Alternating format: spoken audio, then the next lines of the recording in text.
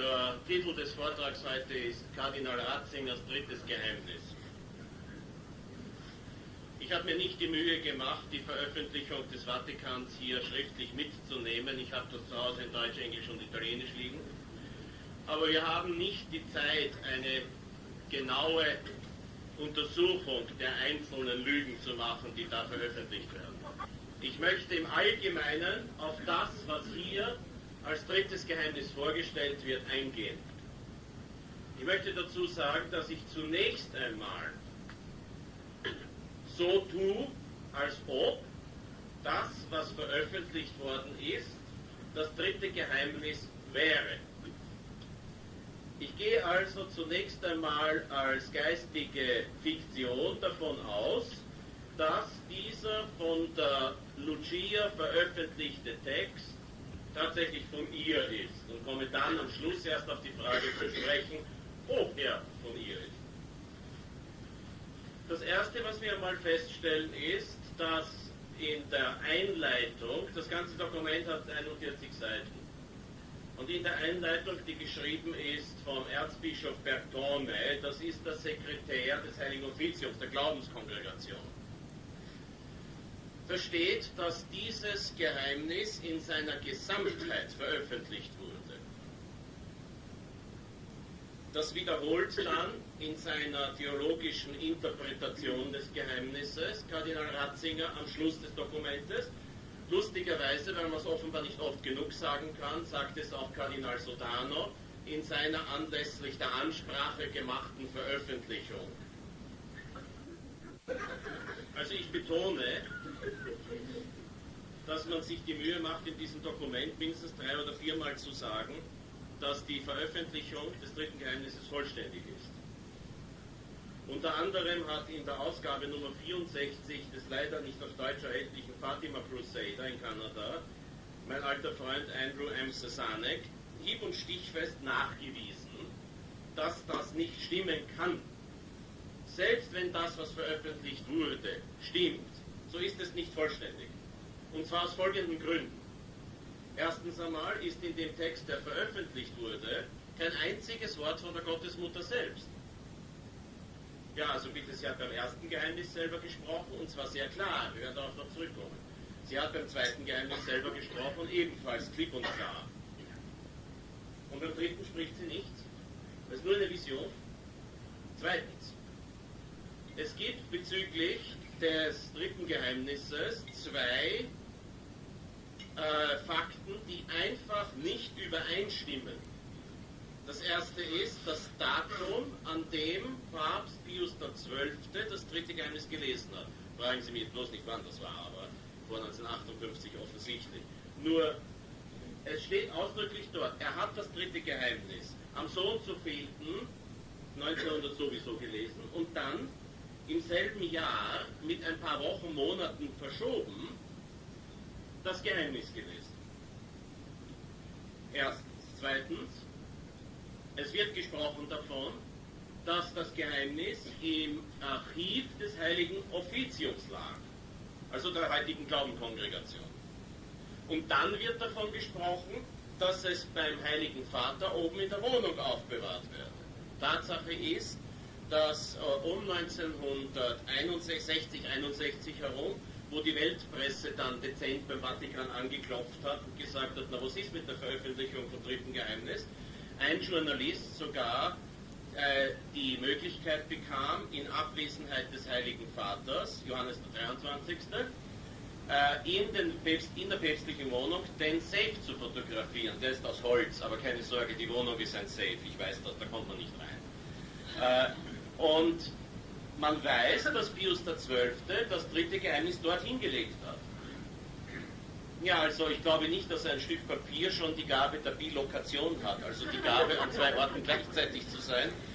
Daraus können wir also klipp und klar erkennen, übrigens auch noch als Kommentar vom Kardinal Ottaviani, dann von einigen Bischöfen, die damit vertraut waren mit dieser Tatsache, dann in dem berühmten Buch von Fatima, Frère Michel de la Sainte Trinité, und natürlich auch als Andeutungen von Kardinal Ratzinger selbst, dass dieses dritte Geheimnis 2 Teile hat. Und zwar ist es so, dass unter anderem ein neugieriger Monsignore des Heiligen Offiziums hat, bevor der Papst diesen Umschlag erhalten hat, mit dem eigentlichen Text des Geheimnisses, das so gegens Licht gehalten, in der Hoffnung, er kann was lesen, hat natürlich nichts lesen können, hat aber erkannt, dass da eindeutig ein Blatt Papier drinnen war, mit, wie er abgeschätzt hat, 25 Zeilen Text.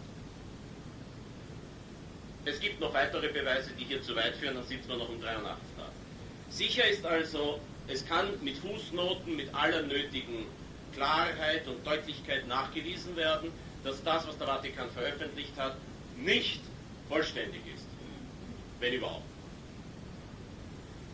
Wenn ich jetzt in diesen Bemerkungen weitergehe, dann stelle ich fest, dass Erzbischof Bertone in seiner Einleitung zur Veröffentlichung sagt, dass das Ganze eigentlich die Vergangenheit betrifft, nämlich eine Periode der menschlichen Lust nach Macht und Geld oder so ähnlich, sagt das, ich weiß jetzt nicht mehr genau, und dass die jetzt vorbei ist. Man möge es mir verzeihen, wenn ich sage, aber das ist die Äußerung eines Irren, der nie Zeitung liest. Weil das jetzt die Periode des frevelhaften menschlichen Strebens nach Krieg und Macht und so weiter vorbei wäre, dann kann ich nur sagen, dass im windigsten österreichischen Blatt noch immer genug zu lesen ist von Kriegen, die auf der ganzen Welt stattfinden und von Verbrechen, Mord und Totschlag, ganz zu schweigen von den ca. 55 Millionen Kindern, die jedes Jahr ungeboren abgetrieben werden, was Erzbischof Bertone offenbar nicht sehr stört. Danach, nach dieser unverschämten Einleitung, kommt dann zuerst eine Fotokopie der Originalhandschrift von Schwester Lucia und dann kommt ein Text, der mich mehr als erstaunt hat. Zuerst einmal spricht Schwester Lucia in dieser sogenannten Vision. Man muss klar verstehen, demzufolge, was hier veröffentlicht wurde, wäre das jetzt die Beschreibung einer Vision, die die Schwester hatte. Sie hat alles gesehen. So wie eben beim ersten Geheimnis die Gottesmutter kurz sozusagen die Erde transparent gemacht hat und die Kinder haben für einen kurzen Moment die Hölle gesehen. Das ist eine Vision, ist klar, das sieht man normal nicht. Und diese Vision beschreibt jetzt unter anderem, dass hier ein Engel mit einem Schwert herunterkommt und tut Buße, tut Buße, tut Buße, sagt. Das ist eigentlich nicht neu. Das hat die Gottesmutter im ersten Geheimnis gesagt, im zweiten Geheimnis gesagt, das hat sie in Lazareth gesagt, das hat sie, wenn es authentisch ist, in Akita gesagt. Das findet eigentlich in jeder Erscheinung statt. Sogar in dem definitiv unechten Medjugorje wird von Buße tun geredet. Das ist also so weltbewegendes drittes Geheimnis jetzt, sehe ich nicht. Dann wird geschrieben von einem Mann in Weiß, also ein Priester oder ein Bischof in Weiß, der von Soldaten erschossen wird, zwar getötet wird. Und da sagt Erzbischof Bertone und dann Ratzinger, das betrifft also das Attentat von 1981. Naja, also da muss ich dazu Folgendes sagen. Die Gottesmutter hat im ersten und zweiten Geheimnis sehr klipp und klar gesprochen. Sie hat gesagt, unter Pius XI. Wird der Zweite Weltkrieg ausbrechen. Sie hat nicht gesagt, unter einem Mann in Weiß, der seine Brillen immer hier trägt, wird dann plötzlich der Zweite Weltkrieg ausbrechen. Sie hat gesagt, unter Papst Pius XI. Klarer geht's nicht. Und das ist er auch. Ich meine, auch wenn am 1. September erst dann seit 5 auf Freud zurückgeschaffen wurde, so wurde der Zweite Weltkrieg natürlich begonnen, in Wirklichkeit viel früher, ne? Ist ja klar. Aber alles unter Pius XI., der eben von 1922 bis 1939 regiert hat. Und das hat die Gottesmutter namentlich völlig klar gesagt. Jetzt spricht sie von einem Mann in Weiß. Das kann, wenn es echt ist, nur eine Bedeutung haben. Dass der aussieht wie ein Papst, nicht Papst ist. Das wäre für die Sedisvakantisten jetzt ein Fest. Aber, oder er hat vielleicht den Abt von Brixen gemeint. Er trägt Weiß.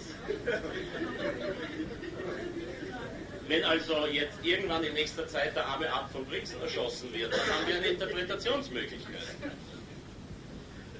Was allerdings dann gar nicht mehr lustig, sondern sehr ernst ist, ist die Feststellung, die angebliche Feststellung der angeblichen Lucia, dass der Weg des Papstes zu diesem Hügel hinauf, auf dem ein Kreuz stand, gepflastert war mit, ich zitiere das portugiesische Originalwort, Cadavres.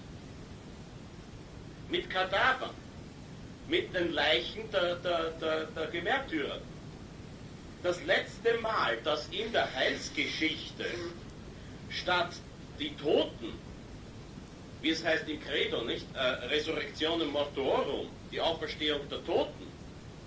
Das letzte Mal, dass man in der Heilsgeschichte geredet hat von Kadavern, von Leichen, das war im Alten Testament, und da wurde bei Ezechiel, glaube ich, jetzt mich zu erinnern, und da wurde aber von Abtrünnigen gesprochen, von Verlorenen, von den verlorenen Seelen. Also die Seelen, die in die Hölle kommen, und dann ist natürlich der Körper auch nichts mehr wert und ist ein Kadaver. Aber zumindest in der gesamten Geschichte des Neuen Testamentes, also seit Christus auf Erden wandelte bis heute, hat nie irgendwer von den Toten, die ja verehrt werden, das haben wir ja mal am Friedhof, wir haben gepflegte Friedhöfe bitte, da wird ja aufgebahrt, da gibt es eine Tumba, hier gibt es ja noch, die Tumba, da gibt es eine Tumba, und dann Priester den Leichnam mit Weihrauch beräuchert. Jetzt ist doch kein Kadaver sowas.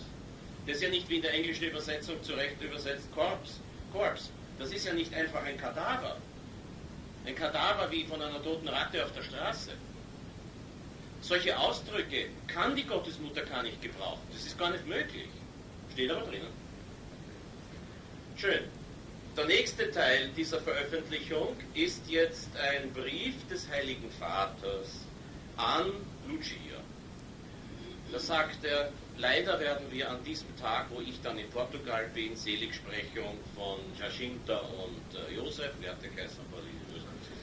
Francisco, danke. Francisco und Jacinta. Da sagt er dann, leider werde ich an diesem Tag keine Zeit haben, mich mit Ihnen in einer längeren Konversation aufzuhalten. Wir werden uns nur kurz begegnen. Derselbe Mann, der Zeit hat, den Gaddafi zu empfangen, der Zeit hat, den wie heißt der von den Palästinensern, den Arafat zu empfangen, der regelmäßig und heimlich die jüdische Hochgradfreimaurerei trifft, die Pnei Brit, der sich immer Zeit hat, stundenlang Zeit hat, für den Massenmörder Gorbatschow, der öffentlich dafür ist, dass 4/5 der Menschheit ausgerottet werden. Öffentlich. Ich erinnere an das Weltforum von 1994 September im Presidio in San Francisco, der ehemaligen Militärbasis dort, wo er jetzt wohnt. Derselbe Mann, der Zeit hat, sämtliche Heretiker zu empfangen, der sich Zeit nimmt, in der Lutherkirche von Rom auf der Kanzel, einmal ist er wenigstens auf der Kanzel gestanden, auf der Kanzel zu predigen, der hat jetzt keine Zeit für die größte Seherin dieses Jahrhunderts. Wird man jetzt sagen, ja, Herr Dr. Hesse, entschuldigen Sie bitte, aber Sie haben kein Recht, dem Papst einen Stundenplan zu schreiben. Nein, das tue ich auch nicht. Ich frage mich nur, wieso. Kann die Antwort aber nicht geben. Nach diesem sehr merkwürdigen Brief des Heiligen Vaters kommt dann die theologische Interpretation von Kardinal Ratzinger. Und die, ich bedauere es zu sagen, ist nicht nur eine einzige Lüge, sondern auch Blasphemie. Denn er sagt, erstens einmal wiederholt er die definitiv nachgewiesene Lüge, dass hier das Geheimnis in seiner Gesamtheit veröffentlicht wird. Zweitens lügt er, wenn er sagt, dass dieses Geheimnis die Vergangenheit betrifft und abgeschlossen ist. Er sagt dann wieder, dass das eben zu tun hat mit dem Papstattentat von 1981, 13. Mai. 1984 aber hat derselbe Ratzinger auf dieses Geheimnis angesprochen, gesagt, das befasst sich mit den Endzeiten. Nachdem sich die Juden noch nicht konvertiert haben, sind wir nicht in der Endzeit. Punkt. Also Ratzinger sagt 1984, das Geheimnis befasst sich mit der Endzeit. Dann sagt er 1909, also im Jahr 2000, dieses Geheimnis ist völlig in der Vergangenheit, ist abgeschlossen. Zweitens, das Einzige, was ich bei Ratzinger nie bestritten habe, ist seine Intelligenz. Ein intelligenter Mensch, der zuerst 1984 von den Endzeiten spricht und dann im Jahr 2000 davon spricht, dass dieses Geheimnis das Papstattentat von 1981 betrifft, der hat offenbar ein Gedächtnis von 3 Sekunden oder kann nicht lesen. Denn im Geheimnis, wenn es das solche ist, steht drinnen, dass dieser Mann in Weiß, wen man das ist, Ab von Brixen, oder, getötet wird. Meines Wissens hat Johannes Paulus II. Überlebt.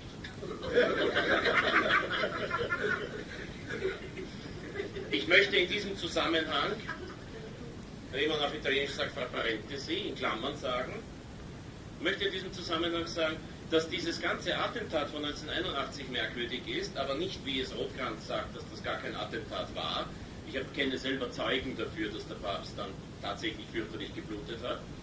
Sondern es ist merkwürdig, dass A, eine halbautomatische Pistole nach dem dritten Schuss blockiert und die beste Militärtruppe Italiens, die Carabinieri, nicht imstande sind herauszufinden, wieso. Ich bin stolzer Waffenbesitzer und kann Ihnen garantieren, dass es menschlich gesprochen absolut unmöglich ist, dass eine Pistole Ladehemmung hat und man in einem Labor unter der Lupe nicht herausfinden kann, wieso. Das ist unmöglich. Weil entweder ist die Patrone im Eimer, das stellt man sehr rasch fest. Oder es hat irgendetwas blockiert, dann gibt es Kratzer. Logisch. Das ist mal das Erste. Das Zweite ist, dass sich, da muss ich jetzt aufpassen, was ich sage, weil da kann man verklagt werden. Es geht um die Gemelli-Klinik, das Spital in Rom. Das meine ich ernst jetzt, das ist kein Witz. Sagen wir so, wie der Papst ins Spital gekommen ist etwas passiert, was jeden normalen Menschen umgebracht hätte. Ich darf jetzt hier, wenn das aufgenommen wird und dann gerät, nicht sagen, von wem ich das weiß, wieso ich das weiß und was da genau geschehen ist, weil die Gemelli-Klinik kann mich auch jetzt noch wirklich tatsächlich dafür vor Gericht schleppen. Da ist etwas passiert, was jeden normalen Menschen umbringt. Und er hat es überlebt. Möge sogar ein Wunder sein. Warum der liebe Gott ein Wunder wirkt, um diesen Papst in seinem Amt zu halten, ist uns allen ein Rätsel. Aber der Wille des lieben Gottes ist sehr oft ein Rätsel. Und wir wollen das auch gar nicht hier in Zweifel ziehen und irgendwie da dem lieben Gott Vorschriften machen. Das steht uns nicht zu. Jedenfalls also mit einem Wort. Das ganze Attentat von 1981 war mit so viel bedeutenden und gleichzeitig merkwürdigen Umständen verbunden, dass es in meinen Augen eine Gotteslästerung ist, zu sagen, das hat die Gottesmutter 1917 nicht gewusst. Naja, wenn das, was veröffentlicht wurde, stimmt, dann hat die Gottesmutter entweder nicht den Heiligen Vater 1981 gemeint, denn der hat das ja überlebt, der hat ein Jahr Amtszeit, der hat praktisch 7, 8 Monate im Büro verloren. Wenn jemand mehrere Schüsse in den Bauch kriegt, dann kann er von Glück reden, dass er das A überlebt, B nicht mehr als ein Dreivierteljahr Arbeitszeit verliert und nachher wieder recht gesund war. Und das soll die Gottesmutter 1917 nicht gewusst haben. Da hat sie sich auch verwirrt, die gute Gottesmutter. Dann war diese Vision offenbar nicht richtig. Na, das kann nicht sein, das wisst ihr alle, das brauchen wir gar nicht diskutieren. Folglich ist es einmal klipp und klar, dass das, was hier die Lucia, wenn das überhaupt stimmt, in dieser Vision gesehen hat, mit Johannes Paul II. Nichts zu tun hat. Und jetzt kommt auch noch dazu, das ist so, wenn man ein Dokument liest, dann darf man nie irgendwo ein Zitat herausnehmen, alleine hinstellen und sagen, das ist jetzt so, oder die sagen das. Denn das kann ich ja mit den Psalmen auch machen. Im Psalm, ich weiß jetzt nicht welche, mit 2, ist die zweite Zeile des ersten Verses, es gibt keinen Gott. Das kann man also hier behaupten, im Alten Testament, in den Psalmen Davids steht, es gibt keinen Gott.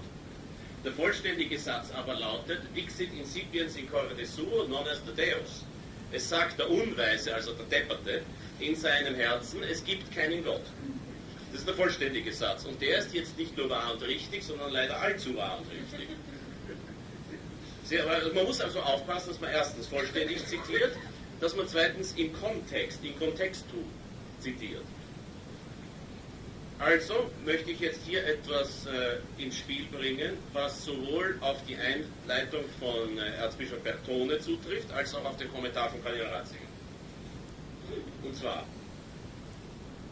Sie sagen, dass der Heilige Vater, der Sweet Jesus on Earth, der süße Jesus auf Erden, ein gutes Zitat, dass also das Ganze sich nur um ihn dreht. Das ganze Geheimnis dreht sich nur um Johannes Paul II. Das kennt man von irgendwoher, wenn irgendwo ein neuer Regierungschef kommt und plötzlich alle Minister und Beamte sagen, das ist der Größte, damit sie Karriere machen. Das ist doch eine Frechheit gegenüber Johannes Paul I. Ich sage nicht, dass der umgebracht wurde, das sind so Theorien, aber der ist immerhin nach 33 Tagen weg gewesen. Da könnte man, das wird überhaupt nicht erwogen, da wird nicht einmal darüber nachgedacht, könnte das unter Umständen Johannes Paulus I. betreffen, dann würde man auch verstehen, warum es heißt, der Mann, der Bischof gekleidet in Weiß. Johannes Paulus I. war der Erste, der nicht gekrönt wurde. In Visionen sieht man den Papst aber immer so, mit seinem riesen Chormantel, der hat einen eigenen Namen, der überlange Chormantel, den der Papst tragt, und der Tiara. In allen Visionen der Kirchengeschichte war der Papst immer mit Tiara zu sehen, wenn er vorgekommen ist. Der Don Bosco hat den Papst gesehen mit Tiara und so weiter. Wenn die Kinder also hier einen Bischof in Weiß sehen, der lieb lächelt, come il Papa Luciani, und der halt in Weiß geht und so macht, dann können die kleinen Kinder sich verwirren und sagen, naja, das ist ein Bischof in Weiß, wenn er so macht. Aber sie sehen nicht, dass er Papst ist, weil er keine Tiara aufhat. Nun hat Gott sei es geklagt, der arme Luciani nie eine Tiara aufgehabt. Ich frage mich nur, ich sage nicht, dass das Geheimnis mit Luciani irgendwas zu tun hat, ich bezweifle das aufs Schärfste. Ich sage nur, warum hat man sich das überhaupt nicht einmal überlegt? Alles muss immer konzentriert sein auf den größten Papst, Johannes Paulus II. Das ist doch nicht normal. Das grenzt ja an Adoratio.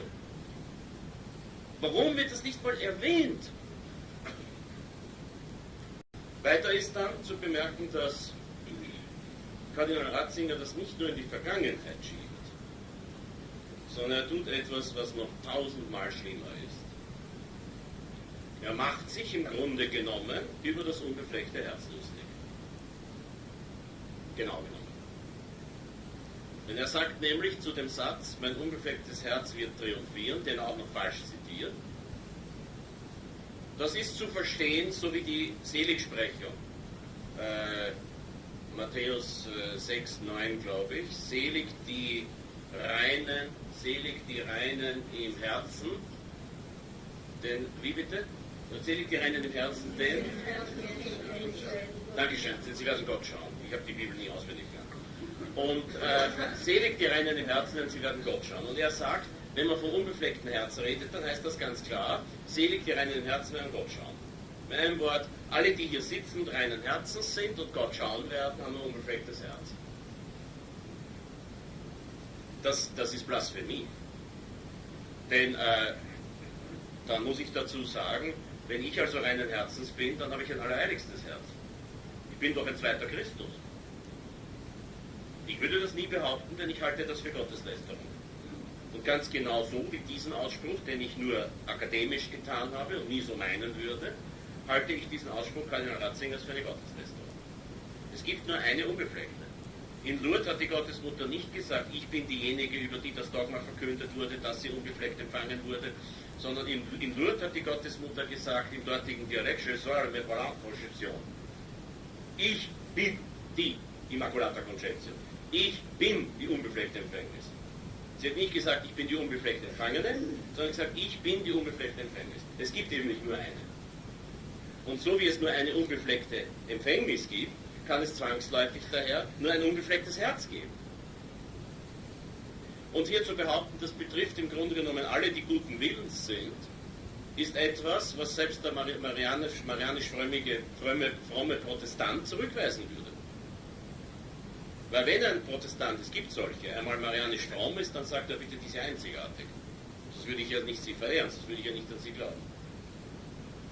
Und er wiederholt das auch noch. Ein paar Seiten später, so gegen Schluss des Dokumentes, ich glaube Seite 39, da sagt er dann, dass im Grunde genommen jeder, der ins Himmelreich strebt, der also hier rein denkt und sein Herz rein hält, dann unter diesen Spruch fällt, mein unbeflecktes Herz wird triumphieren. Was soll das heißen? Im zweiten Geheimnis, das veröffentlicht ist, ist noch mehr als deutlich herauszulesen, dass das in einem Gegensatz steht dazu, dass die Päpste den Willen der Gottesmutter, der Wille Christi ist, nicht erfüllen werden.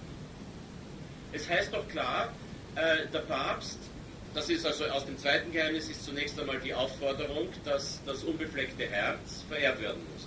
Und dann hat die Schwester Lucia, ich glaube 1947 war das, ja eben auch noch die Visionen gehabt, wo dann eben die Aufforderung kommt, der Papst muss Russland, meine unbefleckten Herzen weihen, und zwar zusammen mit den Bischöfen der Welt.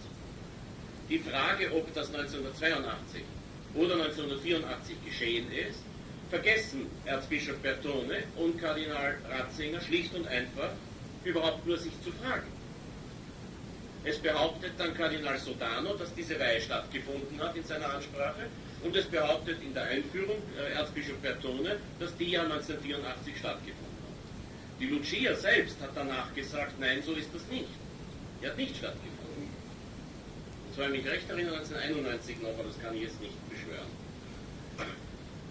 Es wird also weiter gar nicht mehr darüber gesprochen, ob das jetzt überhaupt mit der Weihe Russlands zu tun hat. Kardinal Ratzinger setzt es wieder in die Vergangenheit und sagt, naja, mit der, oder war das jetzt Sodano, ist ja egal, mit der Auflösung des Eisernen Vorhangs 1989 ist ja die Zeit des Kommunismus vorbei. Er sagt dann nicht, dass sich Russland jetzt bekehrt hat, aber das kann man ja sehr wohl daraus schließen, sondern er sagt, na jetzt sind diese Bedingungen ja eingetroffen. Wie sehr sich Russland bekehrt hat, sieht man nicht nur an der Russenmafia, sondern an den Abtreibungen, an Mord und Verbrechen, die dort grassieren, und an einer Gottlosigkeit, die ärger ist noch als unter dem Eisernen Vorhang, aber unter dem Mäntelchen von Prozessionen verdeckt wird manchmal. Und dass Russland sich nicht bekehren kann, solange der Heilige Vater verbrecherische Abkommen mit den Ostkirchen hält, denen zufolge die unter ihrem Blut, Heilige Josaphat, Rom treu gebliebenen Ukrainer jetzt den örtlichen russisch-orthodoxen, heretischen und schismatischen Bischof um Erlaubnis bitten müssen, um irgendetwas tun zu dürfen, und der Vatikan sagt, so muss es sein, dann ist nicht nur von der Bekehrung Russlands keine Rede, sondern auch von der Bekehrung des Vatikans keine Rede. Das ist eine Situation, die die Gottesmutter selbstverständlich angekündigt hat, wie sie gesagt hat, Russland wird das Instrument der Bestrafung sein. Und die selbstverständlich schon mit enthalten ist in der Androhung, dass ganze Nationen vernichtet werden. Das ist nicht ganz klar, ob das jetzt irgendwie ein Atomkrieg ist, in dem ganze Nationen vernichtet werden, oder ob das, wie ein Freund von mir in der Bruderschaft Walderdorf auch gesagt hat, möglicherweise auch bedeuten könnte, dass jetzt die EU im Begriff ist, Nationen zu vernichten. Das geschieht ja auch. Ne? Siehe ja, Österreich braucht 3 Weise unter Anführungszeichen. Ja? Kaspar, Melchior und Balthasar, die dann feststellen, ob Österreich überhaupt noch zurechnungsfähig ist. Ja? Und wo keine Rede davon ist, von der Tatsache, dass in Deutschland den Ausländern das Haus angezündet wird, dass man in Österreich halt, wie das in Österreich üblich ist, in dem Punkt eher goschert ist als tatkräftig. Da werden Nationen vernichtet. Wenn einmal der Euro kommt, wird man wirtschaftlich auch nichts mehr zu reden haben. Hier werden Nationen vernichtet. Kann sein, dass das gemeint ist in der Vision, aber jetzt bitte nicht sagen, der Dr. Hesse meint, es ist wirtschaftlich und politisch zu verstehen. Ich sage nur, vielleicht, ich weiß es nicht, möglicherweise. Sicher ist, dass das Ganze nicht mit 1989 mit der Auflassung des Eisernen Vorhangs vorüber ist. Es wäre ein eigener Vortrag, der nicht in eine religiöse Gemeinde gehört, einmal 2 Stunden darüber zu reden, was das für einen strategischen Zweck hatte, den Eisernen Vorhang und die Berliner Mauer niederzureißen. Aber ich kann nur kurz gefasst sagen, die Berliner Mauer wurde aus dem gleichen Grund niedergerissen, aus dem sie 1961 am 13. August aufgerichtet wurde. Und dann muss weiter dazu gesagt werden, dass wenn man dieses Geheimnis in die Vergangenheit tut und dann sagt, ich zitiere Ratzinger, dass das ja eigentlich diejenigen, die sich jetzt etwas Großartiges erwartet haben, enttäuschen muss und dass hier eigentlich nichts Besonderes verlautbart wird, dann muss ich mich dazu fragen, wieso war es dann ein Geheimnis so lange? Warum will die Gottesmutter, dass etwas geheim gehalten wird, wenn es sowieso uninteressant ist und banal? Was hat das für einen Zweck? Die Gottesmutter im Jahr 1917 bereits geredet hat davon, dass Russland das Instrument der Bestrafung sein wird, dann hätte sie doch ruhig sagen können, ja, aber 1989 wird dann der Eiserne Vorhang aus politischen Gründen fallen. Und aus wirtschaftlichen nebenbei bemerkt. Hat sie offenbar auch nicht gewusst. Dann sagt Ratzinger, was wieder eine Frechheit ist, dass die arme Schwester Lucia hat diese Vision sicherlich aus irgendwelchen frommen Büchern. Das Wort wörtlich. Ja? Also sie hat das vielleicht in irgendwelchen frommen Büchern gesehen. Mit einem Wort Schwester Lucia, die im Alter von 12 Jahren mehr über die Zukunft der Erde wusste als jeder andere Mensch, die seitdem das Leben einer Heiligen geführt hat, hinter Klostermauern, die mehr Zeit hatte als wir alle zusammen, die Heilsgeschichte zu überdenken, die Heilige Schrift zu lesen, die nicht irgendwelche frommen Bücher, frommen Bilderbücher, die man hier unter der Sektion Kinder zu kaufen kriegt, sondern die also in ihrem Klosterleben tägliche Betrachtung hat, täglich mindestens einen Psalter als Gebet, die von der Gottesmutter ausersehen wurde als die größte Seherin dieses Jahrhunderts, die von der Gottesmutter selbst bis heute wahrscheinlich immer wieder Botschaften erhält und immer wieder Kontakt hat mit ihr, ist dann so ein dummes altes Weib, die aus irgendwelchen bebilderten Kinderbüchern ihre Vision herausholt. Schade, dass das eine Nonne ist. Ich würde Ratzinger verklagen. Das ist grenzenlos geschmacklos, zu behaupten, dass die größte Seherin dieses Jahrhunderts ihre Visionen aus frommen Büchern hat. So wie das Religionsbuch von Pichler mit den schönen Bildern. Ja, sicher ist eine Nonne, die heilig ist, auch gleichzeitig einfach. Je einfacher ein Mensch ist, umso heiliger ist er, weil Gott ist unendlich einfach. Aber das heißt doch nicht, dass sie primitiv ist. Das heißt doch nicht, dass sie einfallslos ist. Und das heißt doch nicht, dass sie jetzt irgendwelche im Gegenteil auch noch aus ihrer Fantasie Visionen konstruiert. Das sagt Ratzinger aber. Sie hat das sicherlich aus frommen Büchern entnommen. Weil das ist unglaublich, dass der Präfekt der Glaubenskongregation, der übrigens auch in seiner theoretischen Abhandlungen über Erscheinungen und Visionen zeigt, dass er das gar nicht versteht, das Thema. Ich hoffe, dass er es nicht versteht, weil sonst lügt er ja schon wieder. Dann sagt, da ist eine Vision, die aus frommen Bilderbüchern holt. Was mich allerdings nicht wundert, wenn man vorher nämlich in der theoretischen Erörterung der Frage, was ist eigentlich eine Prophezeiung, vom Präfekten der Glaubenskongregation hört, dass eine Prophezeiung sich so gut wie nie mit der Zukunft befasst. Und das finde ich toll. War Lassalet, er sagt nämlich, dass Prophezeiungen nichts damit zu tun haben, den Geist der Neugierigen zu befriedigen. Dann war also Lassalet nicht eine Prophezeiung, sondern um die Neugierigen zu befriedigen. Das ist ja definitiv eine Prophezeiung. Dann war also offenbar die Gottesmutter irgendwo am falschen Weg, als sie 1917 den Zweiten Weltkrieg prophezeit hat. Oder hat sie das nur gesagt, die Gottesmutter, die Königin des Himmels, hat sie das nur gesagt, um die neugierigen Geister zu befriedigen? Das ist Gotteslästerung. Man kann nämlich auch Gotteslästerung begehen, wenn man die Gottesmutter beleidigt, weil sie die Gottesmutter ist. Und deswegen ist das dann Gotteslästerung. Nicht, weil sie eine Göttin ist, sondern weil sie die Gottesmutter ist. Und im Quantum, wie der heilige Thomas sagen würde, insoweit sie die Gottesmutter ist, kann sie auch durch eine Beleidigung vor der Tatsache einer Gotteslästerung stehen. Und hier wird die Gottesmutter beleidigt, indem man ihr aberkennt, dass sie die Zukunft überhaupt sagen kann, wenn man nämlich rein theoretisch die Möglichkeit ausschließt, dass sich die Prophezeiung mit der Zukunft befasst. Die gleiche Häresie, das ist nämlich eine Häresie, die gleiche Häresie habe ich schon am Angelikum gehört über das Alte Testament, wo also Isaias nur irgendwelche Botschaften vermittelt und die Vergangenheit interpretiert. Verstehen tue ich das bis heute nicht, aber wir wissen alle, dass die Kirche in ihrer Weisheit die Lesungen von Isaias in den Advent gelegt hat als Prophezeiung Christi. Hier wurde klar die Zukunft vorausgesagt. Das Wesen der Prophezeiung ist das Voraussagen der Zukunft und sekundär ist bei der Prophezeiung, dass dann auch noch damit eine Botschaft vermittelt wird. Das ist doch ganz klar, schon daraus heraus, dass genau deswegen, weil ja niemand die Zukunft kennt außer Gott. Nicht einmal die Gottesmutter kennt die Zukunft, wenn Gott sie ihr nicht mitteilt für irgendeinen Zweck. Genau deswegen sagt der heilige Johannes vom Kreuz, der größte Mystiker der Kirchengeschichte, völlig richtig, dass die größte der Gratiae gratis date, der also gratis gegebenen Gnaden, der freiwillig gegebenen Gnaden, der speziellen Gnaden, nicht das Wunderwirken, nicht die Seelenschau, sondern die Prophezeiung ist.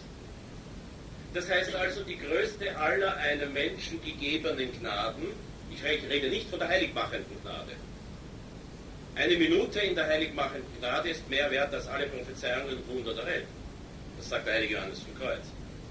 Aber von den Gnaden, die dann auf demjenigen, der im Gnadenstand ist, noch eventuell dazugegeben werden, wie zum Beispiel dem Heiligen das Wunderwirken, sagt er, ist die größte Gnade eben die Gnade der Prophezeiung. Mit einem Wort, die größte Gnade heißt irgendwelche Neugierigen befriedigen oder die Vergangenheit interpretieren. Dann ist also der größte Gnadenmensch auf der Welt der Historiker. Ich meine, ich führe das so bildlich aus, damit ihr seht, welcher Unsinn hier geredet wird. Weil wenn ich euch jetzt in streng theologisch-griechisch-lateinischer Fachsprache erkläre, woher Ratzinger seine Theologie bezieht, werde ich sagen, sehr interessant. Also ich muss das schon bildlich klar machen. Ratzinger macht sich im Grunde genommen auf diese Weise durchaus im Stil eines Journalisten lustig über die Gabe der Prophezeiung, spezifisch über die Prophezeiung von Fatima und noch spezifischer über das unbefleckte Herz. Und am Schluss, nachdem wir also gesehen haben, dass hier der Vatikan etwas, gelinde gesagt, sehr unwürdig behandelt hat, komme ich auf die Frage zurück, ist es überhaupt das dritte Geheimnis? Ich kann es nicht beweisen, aber ich bin felsenfest überzeugt, dass das mit der Schwester Lucia und dem dritten Geheimnis nichts zu tun hat, das Ganze. Und zwar aus folgendem Grund. Erstens einmal, wir haben gesehen, und das ist beweisbar, dass wenn es überhaupt das dritte Geheimnis wäre, der eigentliche Text der Gottesmutter, die eigentliche Aussage der Gottesmutter, definitiv nicht veröffentlicht wurde, denn in dem, was veröffentlicht wurde, spricht die Gottesmutter kein Wort. Und ich weigere mich zu glauben, dass das Wichtigste der Geheimnisse, das Geheimnis, das so lange ein Geheimnis bleiben musste, dann nur in einer komischen Vision über ein gescheitertes Papstattentat besteht. Ganz ehrlich gesagt ist das von herzlich wenig Interesse. Der Papst sich beim Skifahren den Knochen bricht und dann 7 Wochen lang im Spital liegt, hat das auch keine große Bedeutung. Die Kurie läuft weiter automatisch, der Staatssekretär steht mit ihm in Telefonverbindung, genau wie das in der Gemelli-Klinik war. Na und? Tut mir leid, wenn ihm sowas passiert, aber es ist doch in keiner weltgeschichtlichen Bedeutung. Aber, und da ist mich etwas sehr interessant, in diesem Gespräch mit der Schwester Lucia, das angeblich Erzbischof Bertone hielt und wo also unmittelbar nach der Veröffentlichung des Geheimnistextes des Angeblichen noch ein Bericht steht in dieser Veröffentlichung über dieses Gespräch, da fragt Bertone erstens, Schwester Lucia nicht, hat die Weihe Russlands stattgefunden? Wird nicht erwähnt. Zweitens fragt er sie, wie sind Sie auf die Jahreszahl 1960 gekommen, dass das Geheimnis 1960 veröffentlicht werden sollte? Sagt die Schwester Lucia, die angebliche, ja, das war eigentlich eine intuitive Entscheidung, das war die Intuition, die mir das gegeben hat.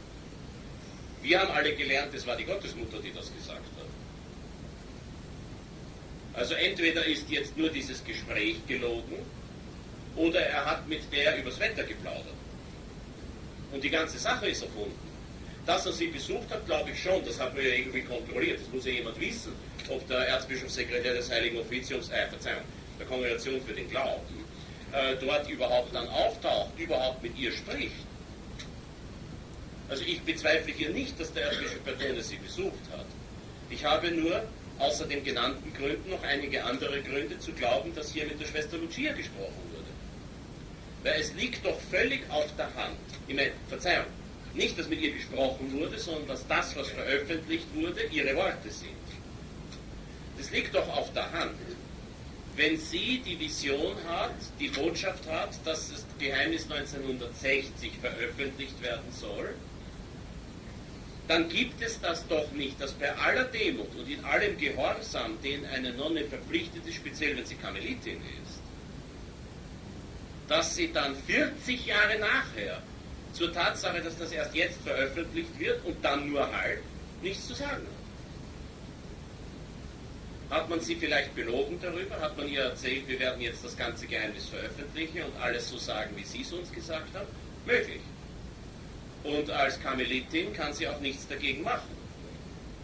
Eine Karmelitin ist wehrlos. Das ist der strengste Orden, so ziemlich, den es gibt. Eine Karmelitin ist wehrlos.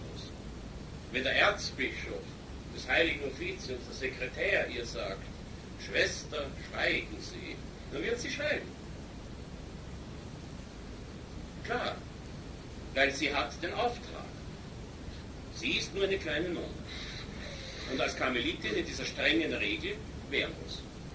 Woher weiß ich also, dass das, was hier veröffentlicht, Bertone scheut sich nicht zu lügen darüber, ob das vollständige Geheimnis ist. Kardinal Ratzinger scheut sich nicht zu lügen darüber, ob es das vollständige Geheimnis ist. Kardinal Sodano scheut sich nicht darüber zu lügen, ob es das vollständige Geheimnis ist. Und Kardinal Ratzinger scheut sich nicht, eine Häresie bezüglich Prophezeiungen auszusprechen. Kardinal Ratzinger scheut sich nicht, eine Blasphemie bezüglich des unbefleckten Herzens auszusprechen. Aber da sagen sie jetzt alle die Wahrheit. Das ist doch unlogisch. Wer einmal lügt, den glaubt man nicht mehr.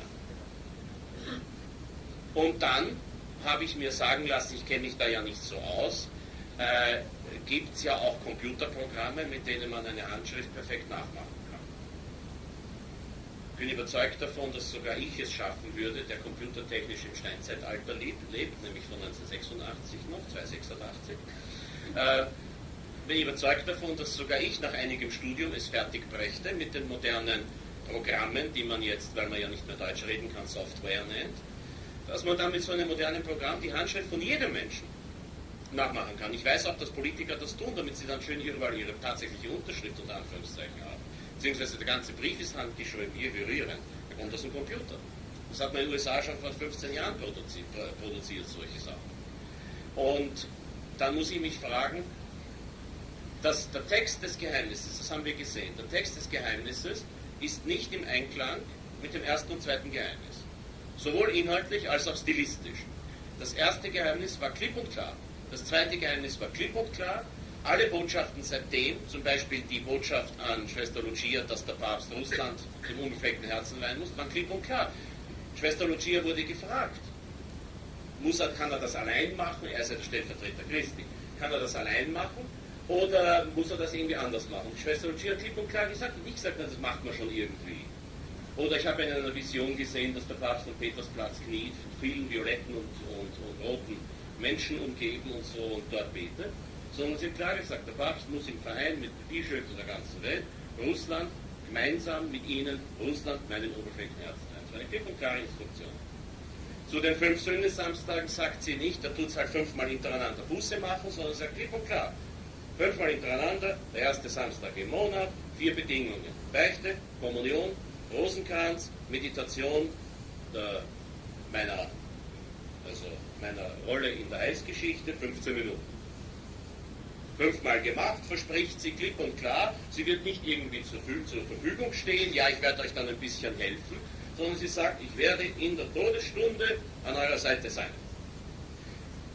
Nirgendwo war die Gottesmutter vielleicht, wenn ich das so sagen darf, so klar und deutlich, wie bei all dem, was wir von Fatima kennen, bis jetzt. Und jetzt ist es plötzlich nebulos, aus frommen Büchern genommen, in der Vergangenheit und ohnehin unrichtig und sowieso nur für die Neugierigen, die jetzt alle furchtbar enttäuscht sein sollen. Ich kann es nicht glauben, dass dieser Text authentisch ist. Ich halte für möglich, weil auch der Teufel lügt nur dort dann, wann er muss, unter Anführungszeichen muss, nämlich wann es ihm nützt. Ich halte für möglich, dass einige Sätze dessen, was veröffentlicht wurde, authentisch sind und dass man den Rest mit den heutigen Computerprogrammen gemacht hat. Ja, mit der Weichware, der Software. Das ist kein Kunststück. Begabte Priester, wie sie hier in diesem Haus wohnen, schaffen das in 15 Minuten wahrscheinlich. Ja? Also dann kann man hier unter Umständen aus der Ratzinger Gasse das 4. Geheimnis von Fatima veröffentlicht sehen, in der Handschrift Schwester Lucias. Ich sage euch hier eines, ich habe in meinem letzten Vortrag ohnehin schon davon gesprochen, dass man Erscheinungen, Wunder und Visionen nicht ernst nehmen soll. Nun sage ich natürlich ausdrücklich, Fatima muss man sehr, sehr ernst nehmen. Nur das, was jetzt veröffentlicht worden ist, gehört für mich in den Müll, so lange, bis der Papst oder der Kardinal Ratzinger oder der Erzbischof Bertone in aller Öffentlichkeit Schwester Lucia auffordern, persönlich zu sagen, was sie gehört hat und was sie gesehen hat. Aber die echte Lucia, nicht wie 1901, ja, die gekleidet war, wie das einer Karmelitin ein einziges Mal durchgehen gelassen wird. Eine Nonne, die den strengsten aller Habits trägt und die nach 60 Jahren im Kloster nicht weiß, wie man den aufsetzt. Der war so aufgesetzt, da sind die Haare rausgekommen. Und die hat dann diese angebliche Lucia, diese Pseudo-Lucia, hat bei der Gelegenheit gesagt, die Weihe hat schon stattgefunden. Das ist ja vollkommen gegen ihre eigenen Worte. Also ich wiederhole, ich werde dieser Erscheinung Glauben schenken, ich werde diesen Text ich werde glauben, ich formuliere neu, ich werde glauben, dass ich tatsächlich die Botschaft des dritten Geheimnisses von Fatima gehört habe, wenn man mir nachweist, dass es wirklich Lucia ist und sie in aller Öffentlichkeit den Befehl bekommt, das ist wichtig, in aller Öffentlichkeit den Befehl bekommt, frei zu sprechen und alles zu sagen, was sie weiß. Diesen Befehl muss sie in der Öffentlichkeit bekommen, weil sonst hat man hinter unserem Rücken womöglich ihr gesagt, du wirst trotzdem schweigen. Und die arme Karmelitin steht dann dort und sagt nichts, weil sie gehorsam ist. Den Gehorsam einer Nonne gegen die Weltöffentlichkeit, gegen sie selbst und gegen die Gottesmutter umzudrehen, ist eine Gemeinheit, milde ausgedrückt. Und hier der Gottesmutter Schwachsinn in die Schuhe zu schieben, ist Gotteslästerung, weil sie die Gottesmutter ist. Und ihr unbeflecktes Herz aus der Einzigartigkeit herauszuholen und in den Schmutz der Allgemeinheit zu werfen, ist eine solche Gotteslästerung, dass meiner Ansicht nach die Veröffentlichung von Kardinal Ratzinger, die ich deswegen Ratzingers drittes Geheimnis nenne, auf den Index gehört. Danke.